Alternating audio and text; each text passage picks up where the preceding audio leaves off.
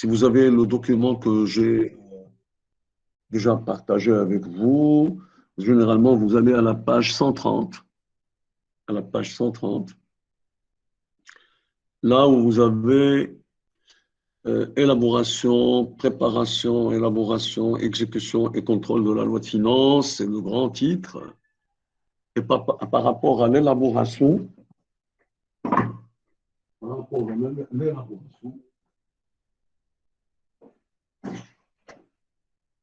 pardon, excusez-moi, par rapport à l'élaboration, vous avez ce schéma qui résume pratiquement tous les slides sur l'élaboration.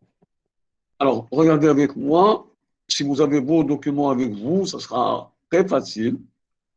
Alors, il y a une partie qui est en haut de la ligne et une deuxième partie au-dessous de la ligne. Hein, il y a une ligne en tiré qui partage le document en deux, n'est-ce pas?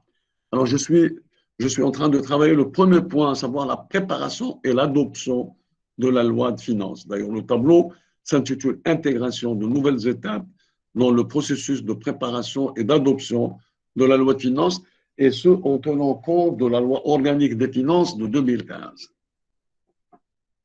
OK? Donc, c'est update. Alors, vous avez au-dessous de la ligne et au-dessous de la ligne. Alors, vous constatez avec moi qu'au-dessus de la ligne, qu'est-ce qu'il y a? Je peux pas, il est impossible d'accepter, alors que moi, je suis en train de travailler. Impossible. Je ne peux pas, donc je vais refuser. Voilà, refuser l'accès. C'est bon.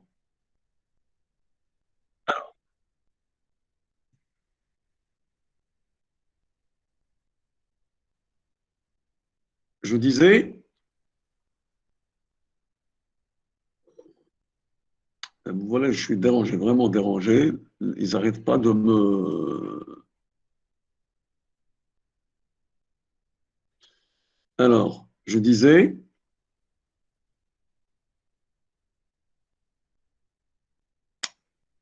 j'ai été dérangé, franchement, j'ai été dérangé par le...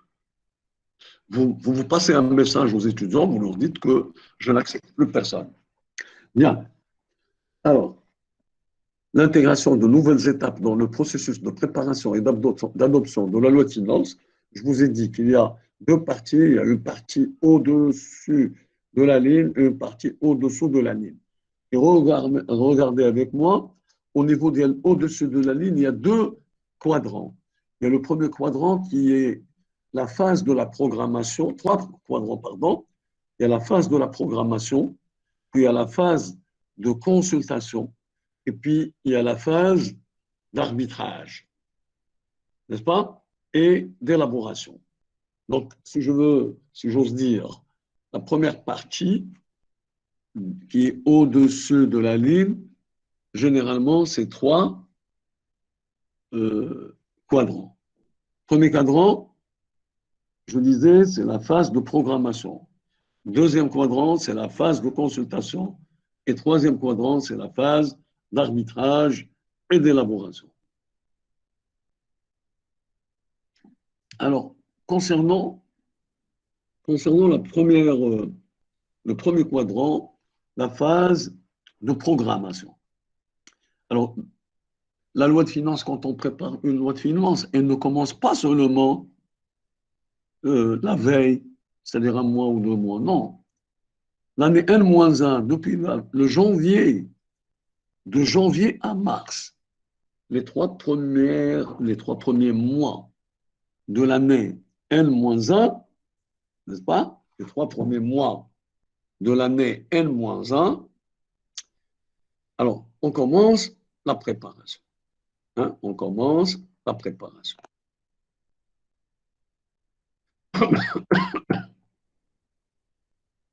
Alors je reviens vers vous.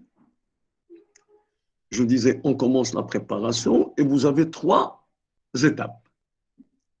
Il y a la préparation du TOFT, qu'on appelle le tableau des opérations financières du Trésor, n'est-ce pas? Et puis, vous avez la circulaire du chef du gouvernement relative aux propositions de programmation budgétaire triennale, n'est-ce pas? Donc, regardez, dans le premier quadrant, c'est-à-dire de janvier à mars de l'année N-1, déjà, on commence, il y a une circulaire du chef du gouvernement qui va donner les grandes directives concernant la programmation triennale, la programmation budgétaire triennale, assortie, bien sûr, des objectifs et des indicateurs de performance. Et puis, il y a un tableau des opérations financières du Trésor, c'est-à-dire la partie, voilà nos disponibilités, voilà ce qu'on peut faire l'année prochaine en termes de financement. Donc, dans le premier quadrant, il y a un premier cercle dans la programmation, c'est de janvier à mars de l'année N-1, et de janvier à mars de l'année N-1, le chef du gouvernement va émettre une circulaire où il va consigner ses directives, n'est-ce pas, ses objectifs concernant la programmation, triennale glissante actualisée. Puis vous avez, je dirais, le deuxième cercle, le deuxième rectangle dans le premier quadrant, et qui va du 15 mai de l'année, avant le 15 mai plutôt, c'est-à-dire de la fin mars à 15 mai, c'est l'examen des propositions par les commissions de programmation et de performance. Il y aura des commissions qui vont traiter essentiellement les propositions, ils vont traiter plutôt cette circulaire du Premier ministre ou du chef du gouvernement, où on va discuter un petit peu des propositions de programmation. Ça, c'est le deuxième rectangle. Et puis, alors ça, c'est avant le 15 mai. Et puis, avant le 15 juillet, hein, exposé du ministre chargé des Finances en Conseil du gouvernement, il va faire un exposé sur l'état d'avancement de l'exécution de la loi de finances de l'année en cours, c'est-à-dire celle, par exemple, s'il s'agit de cette année, eh bien, on va discuter. Donc, on va discuter de l'année, cette année-là, n'est-ce pas? On va discuter de cette année-là et ça me dérange. Chaque fois qu'il y a quelqu'un qui sonne, ça me dérange au niveau de...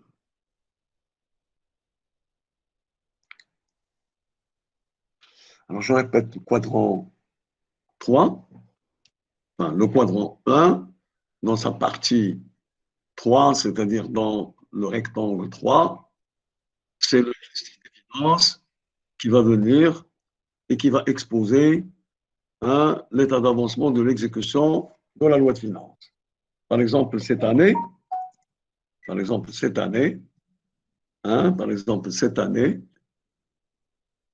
le mois de juillet, généralement fin juin, début juillet, le ministre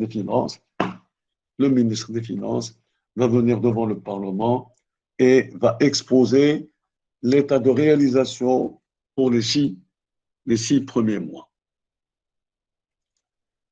Alors,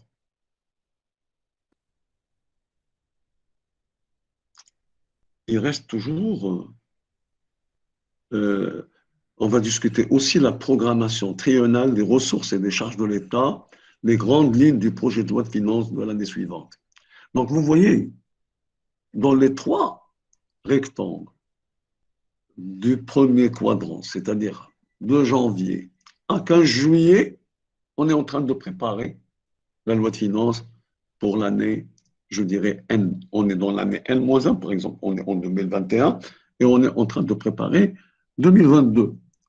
Donc, qu'est-ce qu'on fait? Il y a une circulaire du chef du gouvernement, il y a en deuxième lieu, avant le 15 mai, l'examen de propositions, et puis en troisième lieu, vous avez l'exposé du ministre et l'examen aussi de la programmation triennale et puis les grandes lignes du projet de loi de finances. Ça, c'est, je dirais, le premier point, la programmation, la phase de la programmation lorsque on est au-dessus de la ligne. La deuxième phase, ce sera la phase de consultation. La phase de consultation. Alors, la phase de consultation, alors, c'est juillet de l'année N-1, on va y aller consulter, discuter avec le Parlement dans les commissions, et puis il y aura une lettre d'orientation, une lettre d'orientation du chef du gouvernement. Ça, c'est jusqu'à juillet de l'année N-1. Maintenant, après, il y a une phase, une troisième phase, qui est la phase d'arbitrage et d'élaboration. Alors, elle va de septembre à octobre de l'année N-1. De septembre à octobre, on va faire quoi? Il y aura des propositions des ministères, il y aura les départements ministériels, il y aura des commissions budgétaires d'arbitrage, c'est-à-dire le ministre des Finances et du Budget, la direction du budget vont discuter avec les différents ministères. Et puis, la direction du budget va prendre en charge la préparation du projet de loi de finances. Donc, comme vous voyez, vous avez la ligne en tiré qui sépare en deux, je dirais, la préparation et l'adoption, le processus de préparation et d'adoption. Alors, préparation, on va dire préparation, c'est en haut, et puis en bas, on va voir, je dirais, l'adoption. Alors, qu'est-ce que vous avez? Vous avez 3 phases au-dessus de la ligne. Et puis, on va voir maintenant la phase d'adoption. Au niveau de la phase d'adoption, alors, ça va se dérouler d'octobre de l'année N-1 jusqu'à 20 octobre de l'année N-1. C'est-à-dire début octobre jusqu'à 20 octobre. Alors, le projet de loi de finances va être adopté par le Conseil des ministres et puis il va être adopté aussi par le Conseil du gouvernement. Donc ça, c'est la première phase d'adoption, n'est-ce pas? Et qui va d'octobre de l'année N-1, n'est-ce pas, jusqu'au 20 octobre. Et le 20 octobre, il y aura dépôt du projet de loi de finances au bureau de la Chambre des représentants. On va déposer le projet de loi de finances au bureau des représentants de la Chambre des représentants. Alors, il restera en tout 58 jours. D'ailleurs, c'est la nouvelle loi organique qui a intégré, là, vous allez le voir en rouge. Le délai entre le 20 octobre, généralement, et la fin de l'année, c'est 58 jours. Alors, 30 jours, on va prendre 30 jours pour discuter au niveau de la Chambre des représentants. Et puis, on va prendre 22 jours pour discuter au niveau de la Chambre des conseillers. Et puis, si jamais il y a des amendements ou bien il y a des petits problèmes, on va donner encore 6 jours pour adopter de manière définitivement par la Chambre des représentants et donc le projet de loi de finances, bien sûr, après amendement proposé par la Chambre des conseillers. Donc, comme vous voyez bien, vous avez le processus d'élaboration et d'adoption du budget conformément aux dispositions de l'article, aux dispositions de la loi organique des finances numéro 133, c'est-à-dire la loi organique des finances de 2015, et c'est séparé entre, je dirais, la phase de préparation avec la phase d'adoption. La phase de préparation, nous avons 3 étapes, n'est-ce pas? Programmation, consultation et arbitrage et élaboration. Alors, pour la programmation, il y a trois petites sous-périodes. Avant, entre janvier et mars de l'année N-1, avant le 15 mai de l'année N-1 et avant le 15 juillet de l'année N-1. Alors, la préparation bien sûr, du tableau des opérations financières, du Trésor, la circulaire du chef du gouvernement qui va donner un petit peu les grandes orientations sur les programmations triennales glissantes, et puis l'examen de ces propositions par des commissions, et enfin, au milieu de l'année, il y aura l'exposé du ministre des Finances qui va retracer un petit peu l'état d'avancement de la loi de finances autour, et puis tracer les grandes lignes de la loi de finances à venir. La deuxième phase, je dirais, c'est la consultation avec le Parlement et puis, en fin de compte, la lettre d'orientation du chef du gouvernement. En fin de compte, le troisième, je dirais, troisième phase au niveau de la première étape, c'est les propositions des ministères, un va-et-vient entre les ministères et la direction du budget et le ministère des Finances. Donc, il y aura de l'arbitrage, n'est-ce pas? Et enfin, l'adoption, plutôt la préparation du projet de loi de finances qui va s'en charger, c'est la direction du budget. Alors, au-dessous de la ligne maintenant, au-dessous de la ligne, qu'est-ce qu'il y a au-dessous de la ligne? Il y a la phase d'adoption, n'est-ce pas? Il y a deux petites phases. Il y a la date ou la phase d'adoption, c'est de octobre de l'année N-1, il va y aller jusqu'à 20 octobre de l'année N-1. Et là, c'est le Conseil des ministres et le Conseil du gouvernement. Alors, il y a l'adoption des orientations par le Conseil des ministres au départ, n'est-ce pas? Et puis, ça va être abordé aussi et adopté dans le Conseil du gouvernement. Alors maintenant, à partir du 20 octobre, il ne restera que 58 jours, 30 jours pour qu'elle soit adoptée par la Chambre des représentants, 22 jours par la Chambre des conseillers, et si jamais il y a des amendements, on ajoutera 6 jours. Donc voilà tout le processus, et donc vous n'avez pas besoin de lire tout ça, vous avez juste besoin de voir le tableau, hein, de travailler juste le tableau. Est-ce que c'est clair?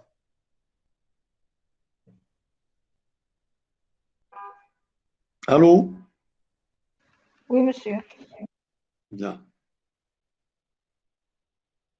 Je suis désolé pour les autres étudiants, mais je ne pouvais pas en même temps regarder la diapo et autoriser. Il faudrait. C'est impossible. C'est impossible. Sinon, je me déconcentre. De toute façon, ils auront l'enregistrement.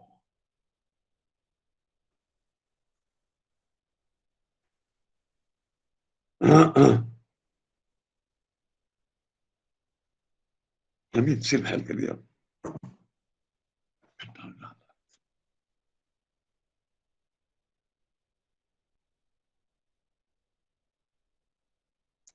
Bien. Alors, je passe maintenant à la partie exécution du budget. Alors, toute l'élaboration, je l'ai vu au niveau du grand temps et j'ai pris le tableau. Le tableau résume l'ensemble de ce qui est écrit. Donc, il y a une dizaine de diapos. Vous pouvez faire le saut et aller directement au tableau. Le tableau résume, hein, d'ailleurs. Alors maintenant, l'exécution du budget. L'exécution du budget, on va voir pratiquement 5 points. Le sixième, on l'a déjà fait, la loi de règlement. Il y a le cadre juridique de l'exécution du budget, l'exécution au niveau des recettes, l'exécution au niveau des dépenses. Il y a le contrôle de l'exécution, et puis il y a les prérogatives du pouvoir réglementaire. On va enlever le dernier point, c'est-à-dire la loi de règlement, puisque c'est déjà. Hein, voilà. Bien. Alors, qu'est-ce que c'est le cadre juridique de l'exécution du budget? Qu'est-ce que c'est le cadre juridique? Alors, je vais le dire oralement, là, s'il vous plaît, parce que si je fais passer les diapos, ça va Ça va prendre énormément de temps. Je vous demande un peu votre attention et puis vous allez essayer de noter ce que je suis en train de dire oralement. Ça fait le résumé, donc ça permet de résumer toutes les diapositives. Alors, le cadre juridique, c'est le décret royal de la comptabilité publique de 1967. Ça, c'est le background juridique. C'est le décret royal de la comptabilité publique 1960. Alors, la comptabilité publique, ce n'est pas la comptabilité privée, ce n'est pas la comptabilité de gestion, ce n'est pas la comptabilité analytique, ce n'est pas la comptabilité nationale. C'est une comptabilité dédiée aux opérations de l'État, aux opérations comptables de l'État. De l'État, non seulement de l'État, mais aussi des entreprises publiques, mais aussi des établissements d'entreprise et des collectivités locales. Ça, c'est le cas de juridique. Donc, c'est un texte concernant la comptabilité publique.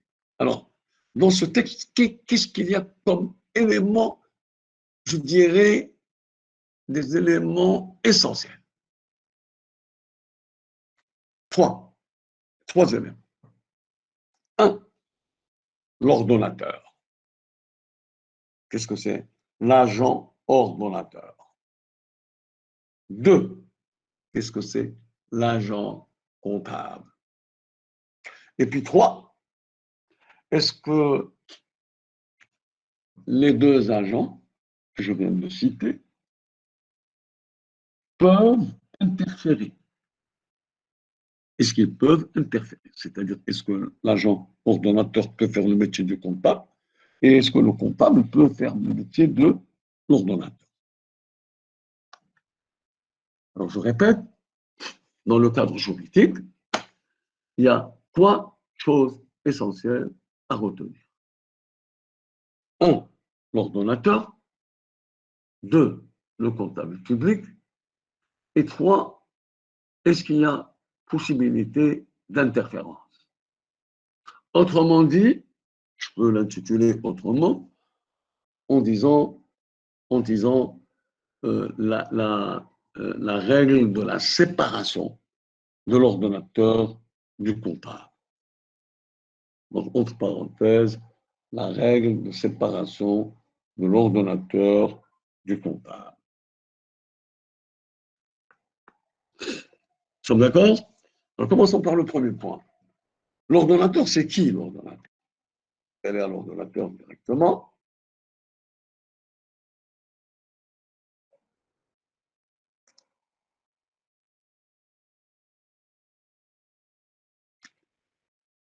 On va donner une définition de l'ordonnateur.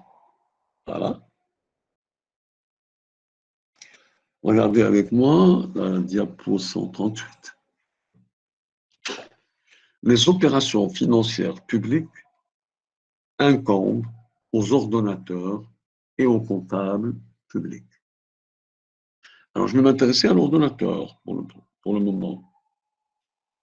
L'ordonnateur public de recettes et de dépenses, c'est toute personne ayant la qualité, donc il faudrait souligner ayant qualité, au nom d'un organisme public, pour engager, constater, débiter ou ordonnancer soit le recouvrement d'une recette, soit le paiement d'une dette. S'il vous plaît, vous soulignez tout ce paragraphe.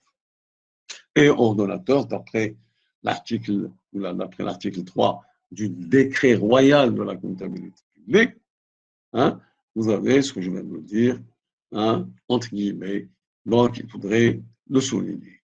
Mais qu'est-ce que ça veut dire?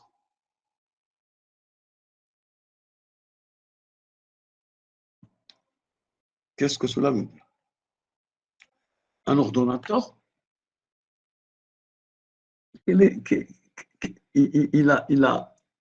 regardez, c'est un ordonnateur de recettes et de dépenses.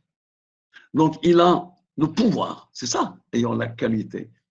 Par exemple, quand vous êtes directeur d'une entreprise publique, d'un établissement public, vous avez le droit, en tant que directeur, de faire quoi? D'engager une dépense.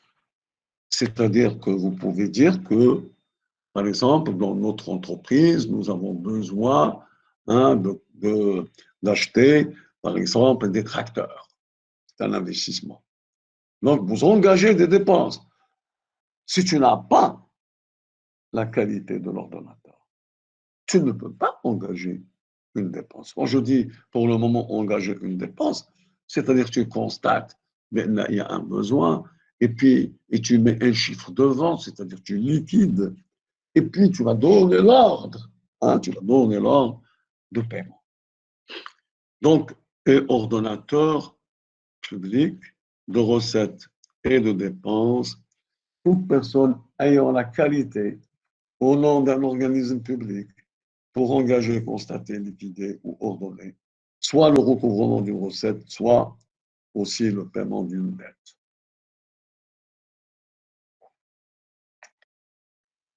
Alors attention, non, il y a plusieurs types d'ordonnateurs.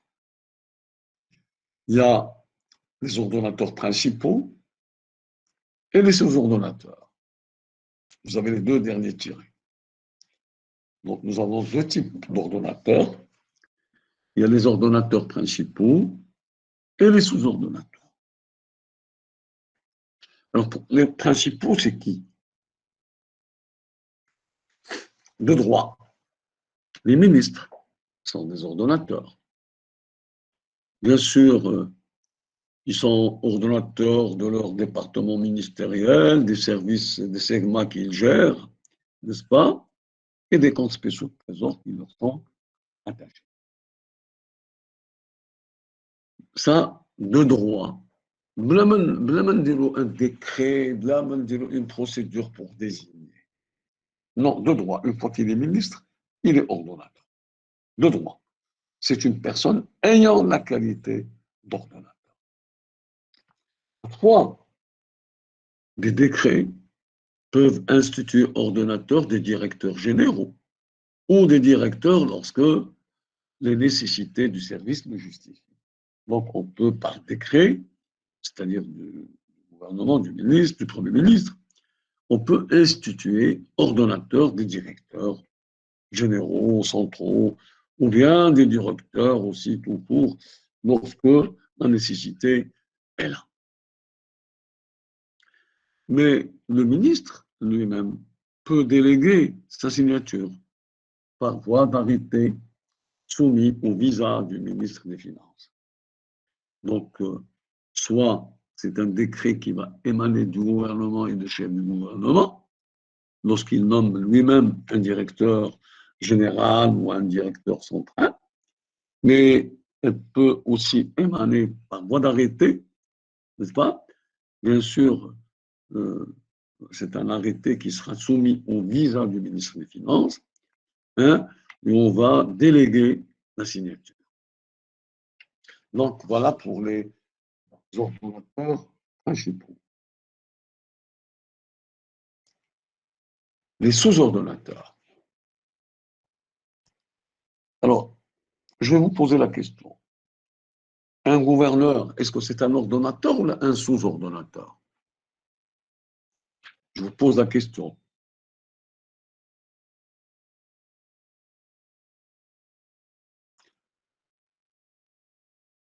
Est-ce que vous êtes avec moi? Oui, monsieur. Alors, C'est un l'ordonnateur, sous-ordinateur. Oui, pardon? Les gouvernements sont des sous-ordonnateurs. Monsieur les gouvernements, Les gouverneurs les gouverneurs, voilà. Et là, il est un sous-ordonnateur. Pourquoi? À votre avis? sont des... Au cas d'absence, il y a les ministres. Ils sont... monsieur. Oui, je vous écoute. Monsieur, je pense que parce que c'est le ministre qui lui accorde une certaine tâche. Du coup, il est un sous-ordonnateur. Absolument. Par exemple, un gouverneur, il a son chef hiérarchique, c'est qui? C'est le Le ministre. ministre. C'est le ministre de l'Intérieur. Yes? Oui, monsieur. Bah, écoutez, est-ce que le ministre de l'Intérieur, il a dû quand même, il est le supérieur hiérarchique d'un gouverneur. Et par conséquent, le gouverneur n'est qu'un sous-ordonnateur. N'est qu'un sous-ordonnateur. Nous sommes d'accord. Par contre, Oui. le ministre est un ordonnateur. On va revenir pour discuter de ça. J'ai changé la forme, je ne sais pas ce qui s'est passé. Bien.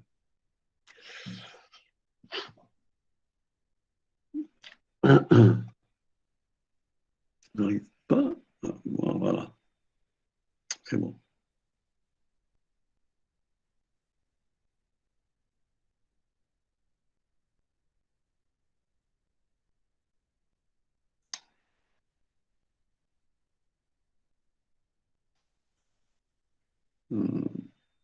Voilà. Alors, je passe pour maintenant les comptables. Je définis les ordonnateurs, je définis les sous-ordonnateurs. Ah, alors voilà que les sous-ordonnateurs, les gouverneurs et les chefs de service extérieur du ministère sont des sous-ordonnateurs de l'État, n'est-ce pas? Mais on peut aussi désigner des ordonnateurs suppléants, hein, pour généralement aider. Et donc, on va leur déléguer aussi, lorsqu'il y a absence ou empêchement d'un sous-ordonnateur, etc., on désignera des ordonnateurs suppléants. Donc, vous avez l'ordonnateur principal, les sous-ordonnateurs, et dans le cas d'espèce, on peut désigner même ce que je disais tout à l'heure, un ordonnateur suppléant. Le comptable. Revenons à la définition du comptable. N'est-ce pas? Alors, et comptable public, pardon,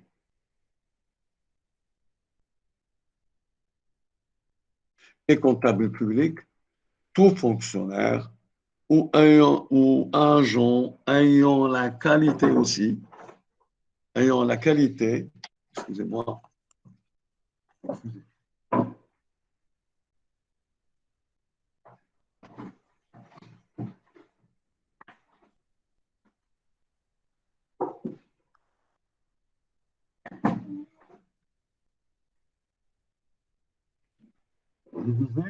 que le comptable public, c'est tout fonctionnaire ou agent ayant qualité pour exécuter au nom d'un organisme public des opérations de recettes et de dépenses ou de maniement de titres, soit au moyen de fonds de valeur dont il a la garde, soit par virement interne d'écriture, soit encore par l'entremise d'autres, etc.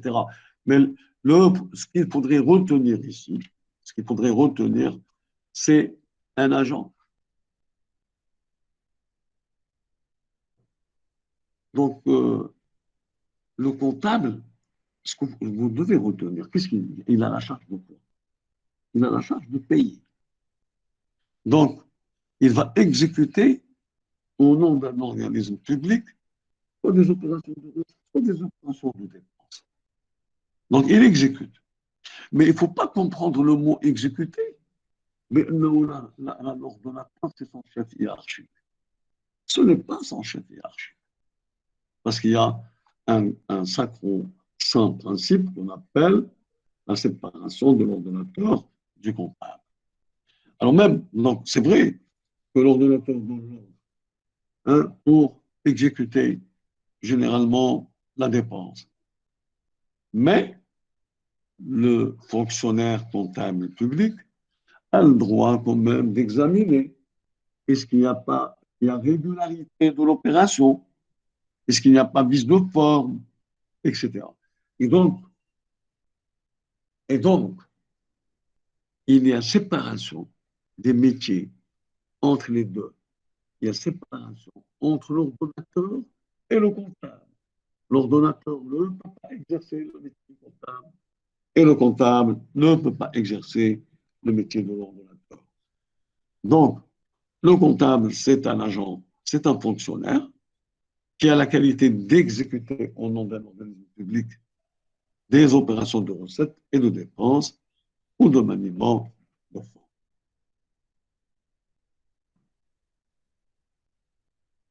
Alors, il y a deux types de comptables aussi. Il y a des comptables qui ont des missions, je dirais, ou qui ont une compétence générale, et il y a des comptables hein, qui, dont les compétences sont circonscrites dans les secteurs spécifiques.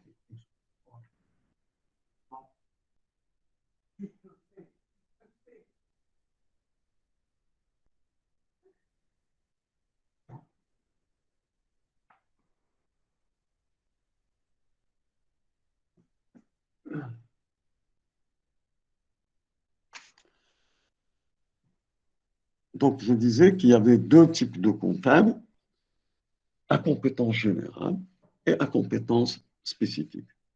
À compétence générale, c'est qui? C'est le trésorier général du royaume, les trésoriers régionaux, préfectoraux et provinciaux, les percepteurs et l'agent comptable central des chancelleries diplomatiques et consulaires. Alors, ça veut dire quoi, général? Par exemple, je veux payer ma vignette avant la digitalisation. Ben, je pouvais me retrouver à Agadir ou là, dans un autre coin lointain de donc le percepteur, il a une compétence, je dirais, générale. Et donc, toutes sortes de paiements d'impôts, etc., peut se faire là où il y a un percepteur, là où il y a un trésorier régional, etc. Par contre, il y a certains paiements qui ne peuvent être faits et qui ne peuvent être exécutés, n'est-ce pas, que dans des secteurs spécifiques. Par exemple, les douanes, c'est le cas des receveurs comptables des douanes. Il n'y a que les douaniers, il y a que les douaniers qui peuvent exercer ce métier. C'est-à-dire qu'ils peuvent généralement faire le recouvrement des droits de douane. Et puis, il y a les receveurs comptables de l'enregistrement et du timbre. C'est-à-dire lorsque vous allez payer les droits de timbre, avant la digitalisation, il y avait normalement des receveurs spécialisés. Il y a des conservations, je dirais, les conservateurs, c'est la conservation foncière.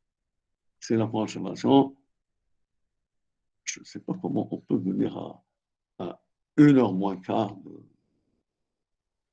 Donc la conservation foncière. Alors, elle va s'occuper, ou le conservateur, qu'est-ce qu'il va faire? Il va s'occuper généralement c'est pas possible. Ils sont en train encore de demander à rentrer, mais c'est pas possible. Non, mademoiselle Mounia, vous venez de rentrer. Mounia. Mademoiselle Mounia. Au lieu de mettre refusé, j'ai mis accepté. Je me suis trompé. Mais généralement, vous ne pouvez pas rentrer à 3/4 d'heure alors que vous êtes à distance. Je suis désolé.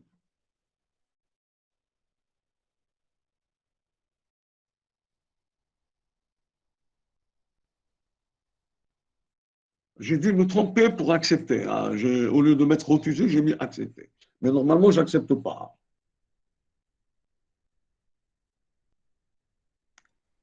Donc, je disais,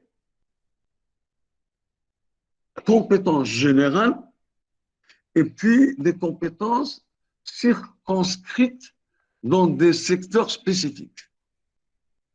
Général, je vous ai expliqué, je vous ai donné les 4, je dirais, métiers, hein, les responsables qui peuvent exercer ce métier d'ordre général, cette compétence d'ordre général, et puis vous avez les compétences spécifiques, circonscrites dans des secteurs spécifiques.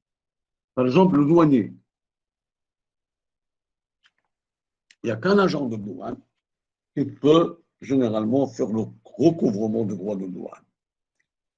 Si je prends la conservation foncière, Alors, toutes les redevances qu'on paie généralement et les paiements qu'on effectue au niveau de la conservation foncière en contrepartie du service rendu, généralement, il n'y a que le conservateur, hein, ce n'est pas le percepteur, ce n'est pas le trésorier général, c'est le conservateur de la propriété foncière. Pour les greffiers aussi, auprès des juridictions, généralement, c'est les receveurs, généralement, et les greffiers qui ont cette possibilité de faire au niveau des tribunaux. Alors maintenant, je répète globalement, il y a, lorsque je parle de la comptabilité publique, ça concerne trois choses. Un, c'est l'ordonnateur. Deux, c'est le comptable. Et trois, c'est la séparation de l'ordonnateur du comptable. C'est ce que je vais entamer en dernier lieu. Alors, la séparation, je l'ai dit tout à l'heure, c'est un sacro-saint principe je dirais, de la loi budgétaire. Sacro-saint principe dans le sens où il est pratiquement impossible pour un ordonnateur d'agir comme comptable, et il est aussi impossible pour un comptable d'agir comme un ordonnateur. Bien. Mais il existe un certain nombre de dérogations. Hein, un certain nombre de dérogations. Je ne vais pas citer toutes les dérogations, pas. Je garderai en tête une, à mon avis, essentielle. Vous savez, par exemple, une ou deux, hein, on va prendre une ou deux. Par exemple, un policier, quand il vous fait un procès verbal, là, il se transforme en ordonnateur et en comptable. Et donc, il exerce les deux. Alors, nous avons dit tout à l'heure que normalement, il n'y a pas d'interférence entre les deux. N'est-ce pas? Je rappelle qu'il y a le principe, sacro-saint principe, hein, qui dit qu'il y a séparation entre l'ordonnateur et le comptable. Et puis, maintenant, ça, c'est le principe général. Mais il y a des dérogations. Je commençais par une première dérogation à travers un exemple. Et ben, c'est la dérogation selon laquelle, par exemple, un policier qui fait un PV, et ben, le PV, c'est en même temps un ordonnateur et un comptable, dans le cadre d'une infraction routière. Nous prenons aussi le douanier. Le douanier aussi exerce, si vous voulez bien, et le métier de l'ordonnateur et du comptable. Et puis, il y a ce qu'on appelle aussi la gestion de fait.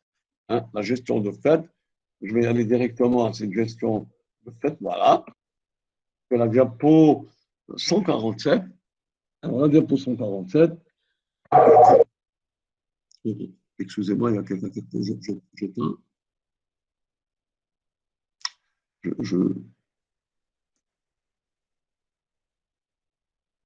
Excusez-moi. Travailler à distance, c'est dérangeant. Franchement, c'est dérangeant. Une minute. Alors, la gestion de fait, c'est aussi une exception au principe de la séparation. Alors, que dit le décret royal du 21 avril 67, c'est-à-dire portant sur la comptabilité publique? J'ai ouvert mes guillemets.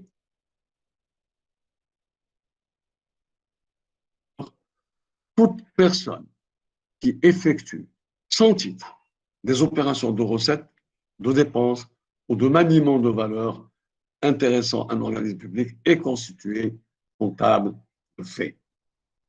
Je ne sais pas, est-ce que vous avez compris ça? Hein? Est-ce que vous pouvez me dire, est-ce que vous avez compris?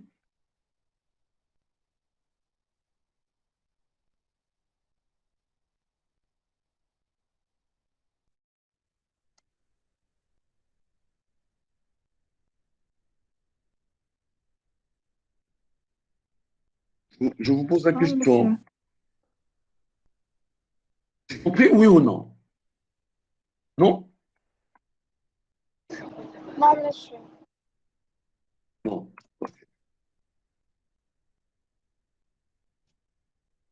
Alors, imaginez, je vais prendre un exemple.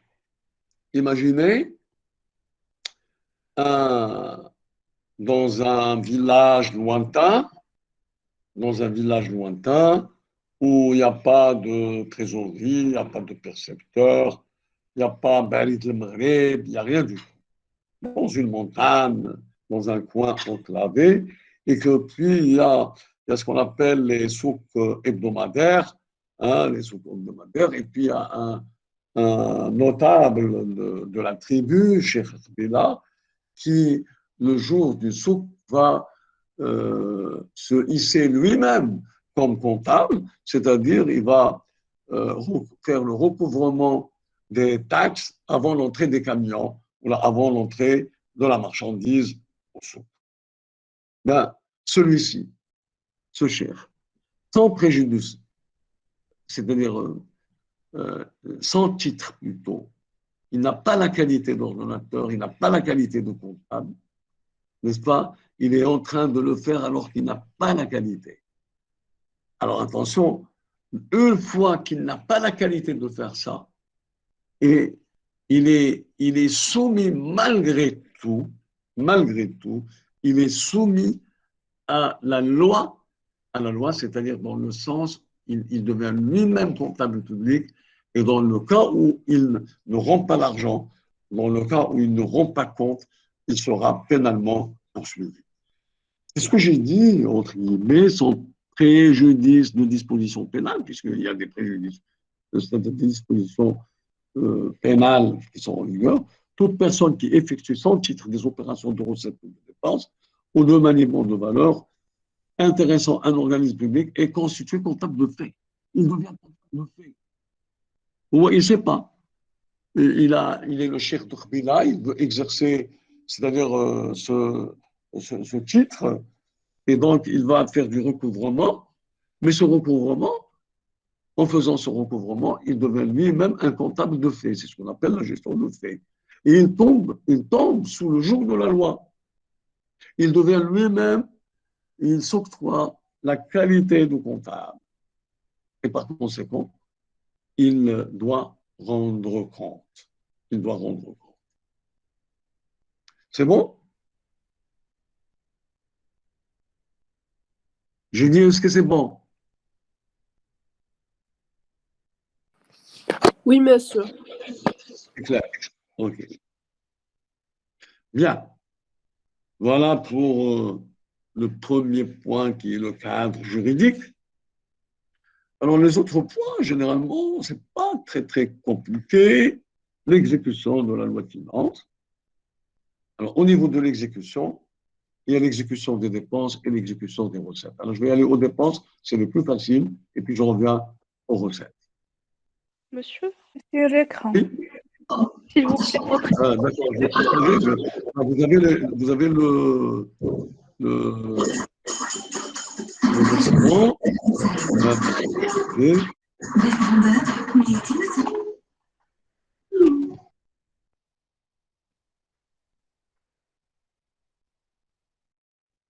Alors, je suis parti, j'ai laissé tomber l'exécution des recettes et je suis parti à l'exécution des dépenses. Parce que les dépenses, c'est plus important. Puis après, je reviendrai vers les recettes. Alors, vous devez noter la chose suivante. Au niveau des dépenses,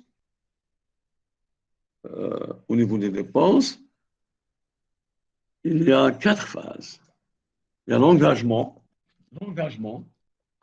vous notez, l'engagement, la liquidation, l'ordonnancement et le paiement.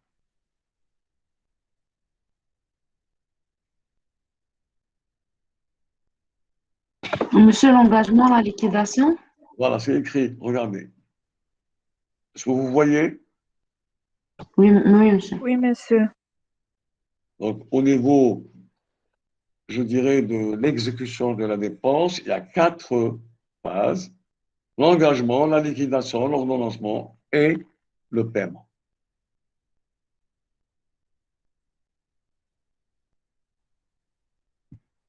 Les trois premiers, c'est-à-dire l'engagement, la liquidation et l'ordonnancement, relèvent de la phase administrative.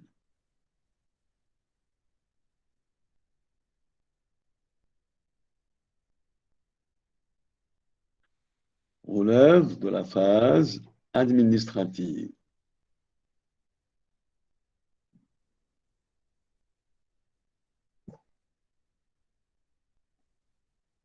C'est-à-dire de l'ordonnateur. En revanche, le paiement relève de la phase comptable. J'ai dit en revanche, le paiement relève de la phase comptable.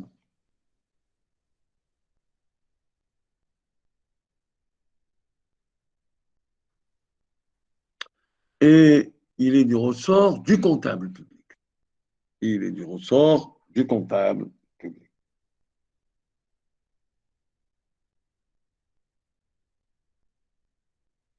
OK? Alors, je vais expliquer rapidement qu'est-ce que c'est un engagement. Alors, d'abord, l'engagement, qui c'est qui le fait? C'est l'ordonnateur. Vous en convenez.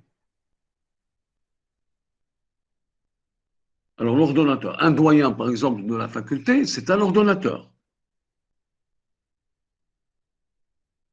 Il a la qualité d'ordonnateur. Alors, supposons que le doyen fait un petit tour en visitant les amphis de la faculté, puis il constate que l'amphi 10 du Grand Maghreb, par exemple, est un amphi où il y a des petites fissures et que ces fissures vont, généralement, s'il y a eu forte pluie, ça peut causer des suggestions, des défaillances. Donc, il va appeler un cours de métier, le cours de métier, et il va lui dire, bon, voilà, combien ça va coûter.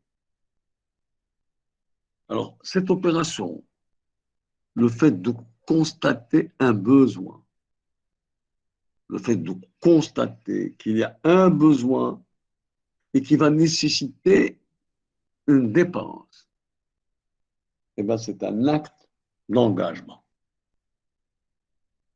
que seul l'ordonnateur peut exercer. Bien sûr, l'ordonnateur, le sous-ordonnateur, le suppléant, etc. La liquidation, c'est le fait de mettre un chiffre devant la dépense. Par exemple, pour réparer la fissure, on va appeler 3 entreprises et les 3 entreprises vont nous donner un avis, un devis plutôt, et on va choisir le moins payant. Hein, on va combiner le moins payant avec la bonne qualité. Donc, on va choisir. Mais l'entreprise va nous donner un devis, c'est-à-dire là où j'aurai le chiffre exact, le montant exact de la dépense. Donc, liquider, c'est le fait de chiffrer la dépense. C'est le fait de chiffrer la dépense, de la quantifier, de la chiffrer et de la quantifier. L'ordonnancement, c'est le troisième point. C'est toujours l'ordonnateur qui s'en occupe et c'est lui qui va donner l'ordre. Hein, à travers quoi? À travers une signature. Il va apposer sa signature sur le chèque. Attention, le chèque dans les marchés publics, il est signé par 2 personnes. Il est signé par l'ordonnateur et par le comptable. Mais durant cette phase, la phase administrative, le chèque est signé d'abord par l'ordonnateur. Bien entendu, lorsqu'on passera à la phase de paiement, c'est-à-dire lorsque le comptable va examiner la régularité de la dépense, et bien le comptable, s'il constate qu'il n'y a pas de vice de forme, s'il constate qu'il n'y a pas d'anomalie, il va apposer lui-même sa signature pour payer. Donc, comme vous voyez, j'ai pu résumer l'acte de l'engagement, l'acte de la liquidation, l'acte de l'ordonnancement et l'acte de paiement. À vous de distinguer les deux phases, la phase administrative et la phase comptable. Voilà pour ce qui est des dépenses. Je reviens vers les recettes, à moins que vous ayez une question sur les dépenses.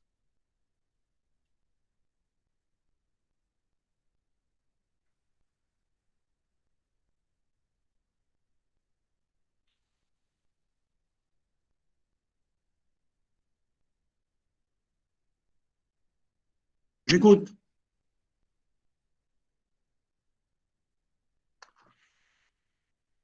Quand on est taciturne, ça veut dire qu'on a compris.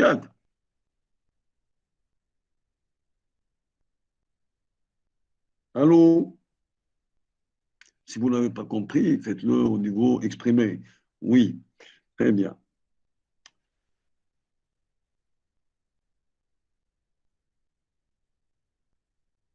Est-ce que vous avez la visibilité toujours? Oui, monsieur. Oui. Oui, monsieur. Bien, alors je vais revenir aux recettes. Oui. Donc, l'exécution au niveau des recettes. Alors, l'exécution au niveau des recettes, il y a 3 phases et non pas 4 phases. Il y a la liquidation, l'émission de l'ordre de recettes et le recouvrement. Donc, tout à l'heure, on avait l'engagement, la liquidation, l'ordonnancement et le paiement. Maintenant, nous avons la liquidation, l'émission de l'ordre de recettes et le recouvrement. Donc, j'ai 3 phases.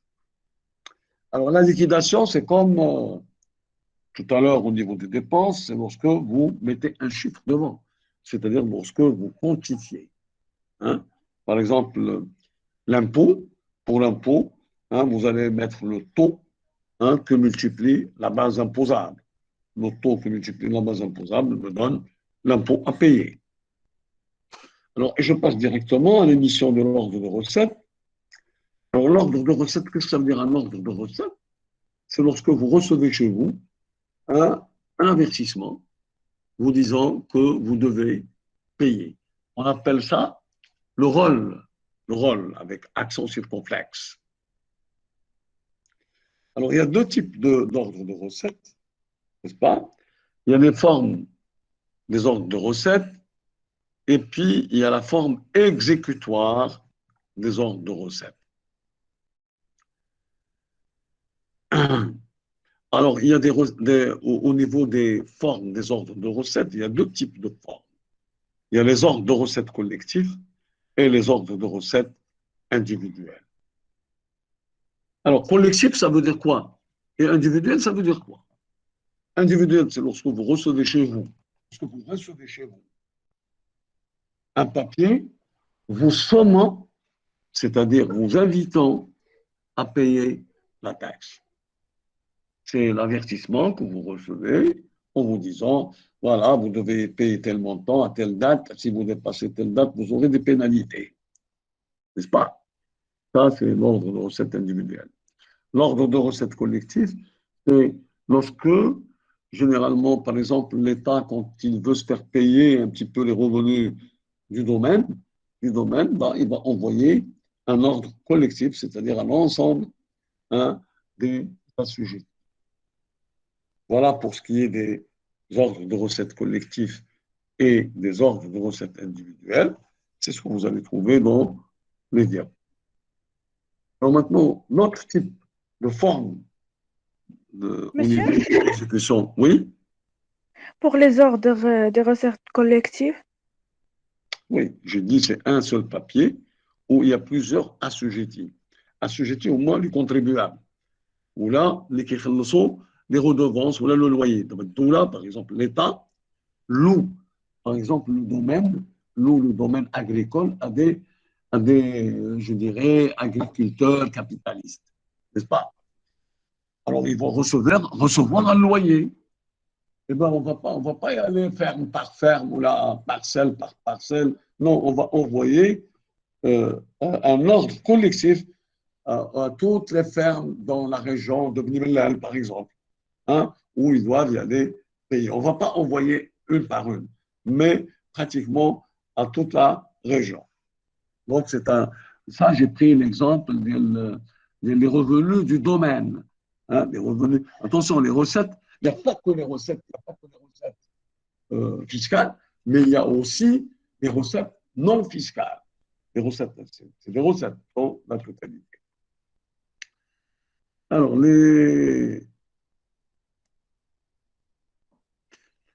dans la forme exécutoire des ordres de recettes, vous avez vu exécutoire. Alors, il y a ceux qui sont des ordres qui sont exécutoires dès leur émission. Il y a l'état-du dès que tu reçois le papier, généralement, tu es obligé d'aller payer, ne dépassons pas une certaine. Et puis, il y a d'autres ordres de recettes.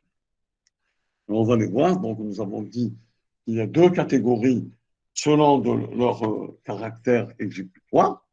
Dans le premier ordre, c'est des ordres dès leur émission, c'est-à-dire vous avez l'obligation d'aller payer dès que vous recevez le papier et que même vous avez un délai. Par exemple, si vous avez à payer la taxe d'habitation, le dernier délai, c'est le 31 mai.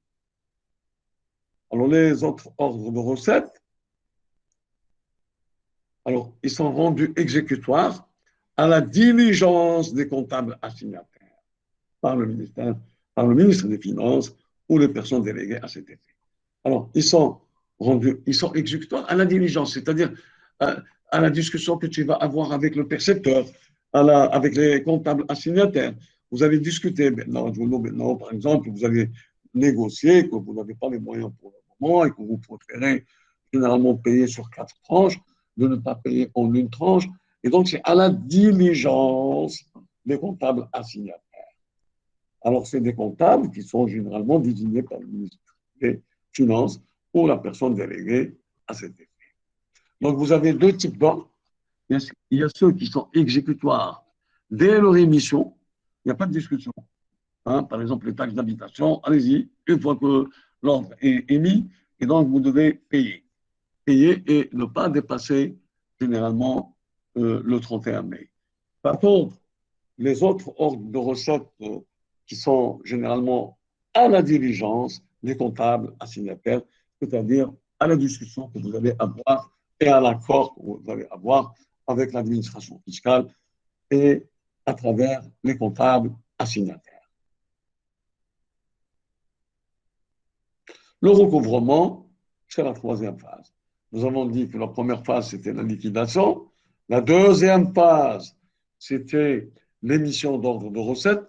Nous avons retenu les ordres de recettes collectifs et les ordres de recettes individuels. Et puis aussi notre forme, il me dit, ils sont exécutoires dès leur émission ou bien à la diligence des comptables. Maintenant, le mode de recouvrement. Alors attention, qui c'est qui fait le recouvrement? C'est les comptables assignataires. Alors, on va voir les modes de recouvrement et les procédures d'apurement des ordres de recettes non recouvrés. Alors, qu'est-ce que c'est ces modes de recouvrement? Alors, il y a par versement spontané, c'est-à-dire vous allez vous-même payer sans problème.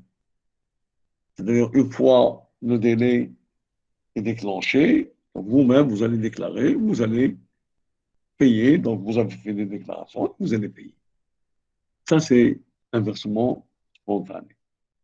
Et puis, en vertu d'ordre de recettes individuelles ou collectives, maintenant, vous pouvez recevoir chez vous des ordres de recettes, soit collectifs, soit individuels pour les revenus du domaine. Et puis, les créances publiques sont recouvrées au vu d'ordre de recettes. Elles sont, je dirais, recouvrées soit à l'amiable, soit par coercition, c'est-à-dire recouvrement forcé dans les conditions fixées par la loi. Je dis dans les modes de recouvrement, il y a le recouvrement par versement spontané et il y a en vertu l'ordre de recettes qui est classique, individuel ou collectif, ou bien ils vont être recouvrés, je dirais, au vu d'ordre de recettes, soit en amiable, n'est-ce pas, soit par voie de recouvrement forcé. Alors, à l'amiable, durant la période comprise entre la date de mise en recouvrement ou de l'émission et celle d'exigibilité, donc il faudrait qu'on discute avec l'administration fiscale sur est-ce qu'il y a possibilité par exemple, de bénéficier de dégrèvements fiscaux, c'est-à-dire de diminution, n'est-ce pas? Soit vous allez carrément être assigné à payer, c'est-à-dire forcé, dans les conditions, bien entendu, prévues par la loi. Ça, c'est la première forme de recouvrement, comme je l'ai dit. Les modes de recouvrement, vous avez 1, 2, 3. Dans le troisième, c'est-à-dire des créances publiques recouvrées au vu d'ordre de recettes, vous avez soit en amiable, n'est-ce pas, soit par force, c'est-à-dire coercition. Alors maintenant, quelles sont les procédures d'apurement des ordres de recettes? Quelles sont les procédures d'apurement des ordres de recettes? Alors, comme vous voyez avec moi, j'ai bien avancé et il nous restera pratiquement 20 diapos, carrément, 20 diapos. Alors, j'arrête là au niveau du recouvrement, de la procédure d'apurement, mais je vous donne un quart d'heure pour me poser des questions, s'il vous plaît. Alors, le cours كامل بقات فيه واحد الساعة المدنة pas plus. Monsieur, Oui. واش demain تقدر تعاود معنا le cours une révision globalaire en général? Je peux le faire, je préfère تكونوا نتوما déjà, vous avez déjà vu votre cours. حيت إلا جيتي نعاود, si vous vous engagez avec moi de réviser le cours et de venir et de me dire, voilà, je reprends le cours, on dit un résumé total, ou avec des questions, d'accord? Mais chez Dieu, moi, je suis prêt, sans problème. Et monsieur, la partie ديال demain ou ديال aujourd'hui تاهي داخله في l'examen parce Bien que sûr. Tout le cours. ما تقدرش تنقص aucune partie parce que monsieur جانا هادشي طويل. Oui, monsieur, c'est trop long. Je comprends, c'est des diapos, c'est pas des. C'est des diapos, c'est pas le texte. Alors, le texte condensé, ما فيهاش يتعجب من ورقه. Là, les diapos qui viennent le cours. Très bien. Alors, à mon avis, je vous donne. On peut faire un truc. Je viens à la partie la plus difficile qui vous semble. Vous avez besoin vraiment qu'on mette l'accent.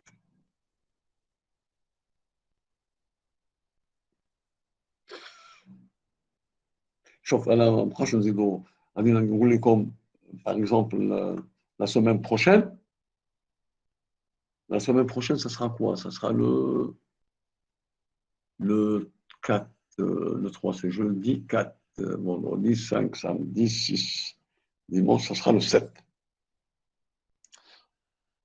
Le 7, le lundi, et puis le mercredi. Au lieu de faire le cours كامل في 2 heures, نعاودو lundi, n'est-ce pas, à 13 heures, par exemple, et puis le mercredi ou le jeudi, quand vous voulez, encore à 13 heures. Comme ça, on la juge. D'accord, monsieur. Oui, monsieur, Ok. d'accord, monsieur. ولكن ديروا un premier jet de révision. D'accord, monsieur.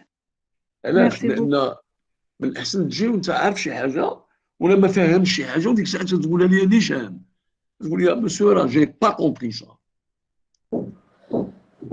Monsieur, l'examen, il sera sous forme de QCM, c'est ça? En principe, chauffe la deuxième session là. Rattrapage là, je me dis je vais l'amener. Le Ouais. premier partiel, le premier, tu sais, hein, le deuxième partiel, là, tu commences 3 ou 4 questions, comme des paragraphes. Ou ça. OK? D'accord, ça marche. Oui, monsieur, merci beaucoup. Bien.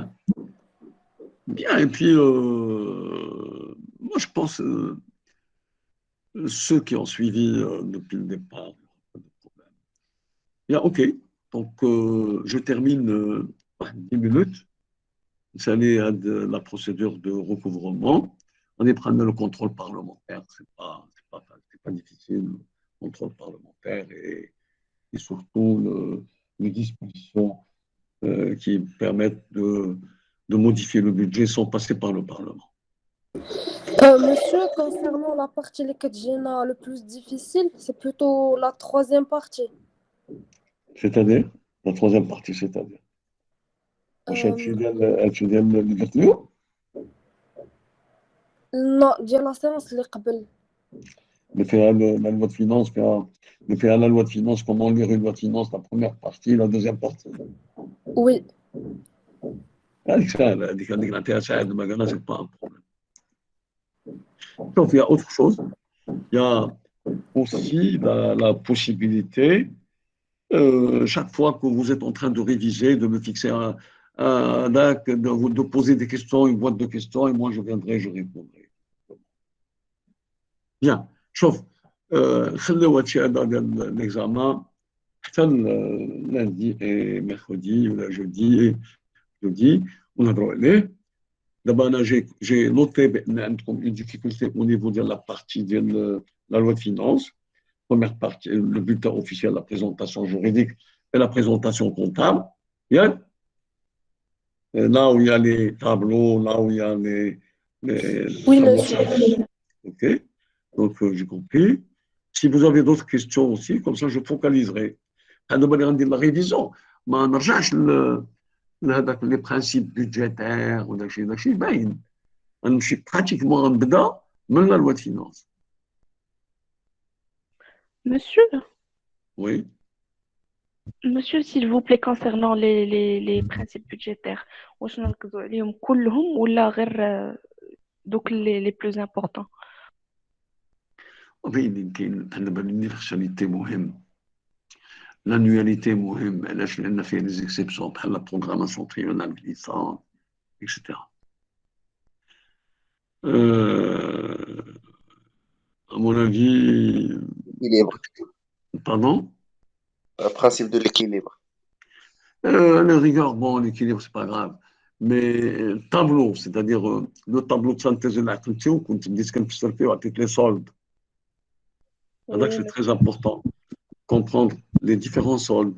Je vois le solde ordinaire, je vois le solde du budget de l'État, je vois le solde du budget général, je vois le besoin brut de financement, je vois le besoin résiduel, n'est-ce pas? Je vois faire l'épargne publique et le solde public, etc. Alors, je vais revenir là-dessus la semaine prochaine. Okay. Voilà, il faudrait qu'on termine les deux. Qu'on termine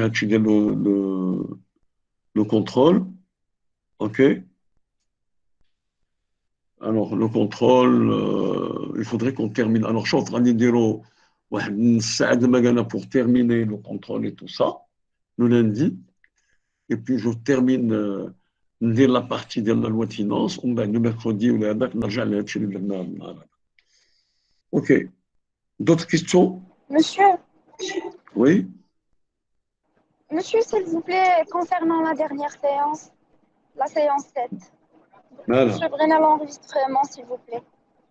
واخا انا ما صيفطتوش الايه كان عندي حيت كاين عندي بزاف ديال لي زونغوجسترومون خصني نقلب عليه وغادي نصيفطو الايه هي elle va le partager avec vous. OK, parce que bon, moi j'envoie la responsable. OK. Je vais le faire, sauf que ça me prend énormément de temps pour chercher les masters et tout ça. Donc, on نقلب عليه ونجبدو لكم. ان شاء الله اليوم ان شاء الله نصيفطو لها. OK. Et وجدوا une série de questions, s'il vous plaît. D'accord, monsieur. D'accord, monsieur, merci. D'accord. عندكم l'enregistrement ديال les lois de finances. علاش غنعاود؟ انا عندكم l'enregistrement ديال la partie 2. Bien. Oui, oui, monsieur. Eh, mais c'est pour ça, venez avec des questions. Je ne refais pas les cours. Revenez, donc venez avec des questions. Je préfère des questions. Je termine le cours et vous posez des questions. Voilà. Je souhaite bon courage et un lundi, lundi à 13h. OK? Vous n'avez pas cours lundi, Euh, 13h. Non. Monsieur, demain, quelle حصة؟ لا دابا غدا عندي انا اون فورماسيون داكشي علاش درتها اليوم الاربعاء j'avais dit à un autre fois بان les deux séances que je vais faire c'est à partir du 7. OK? D'accord. Donc on fera le 7 et le 9 Inch'Allah. D'accord, monsieur. Yallah, bonne journée.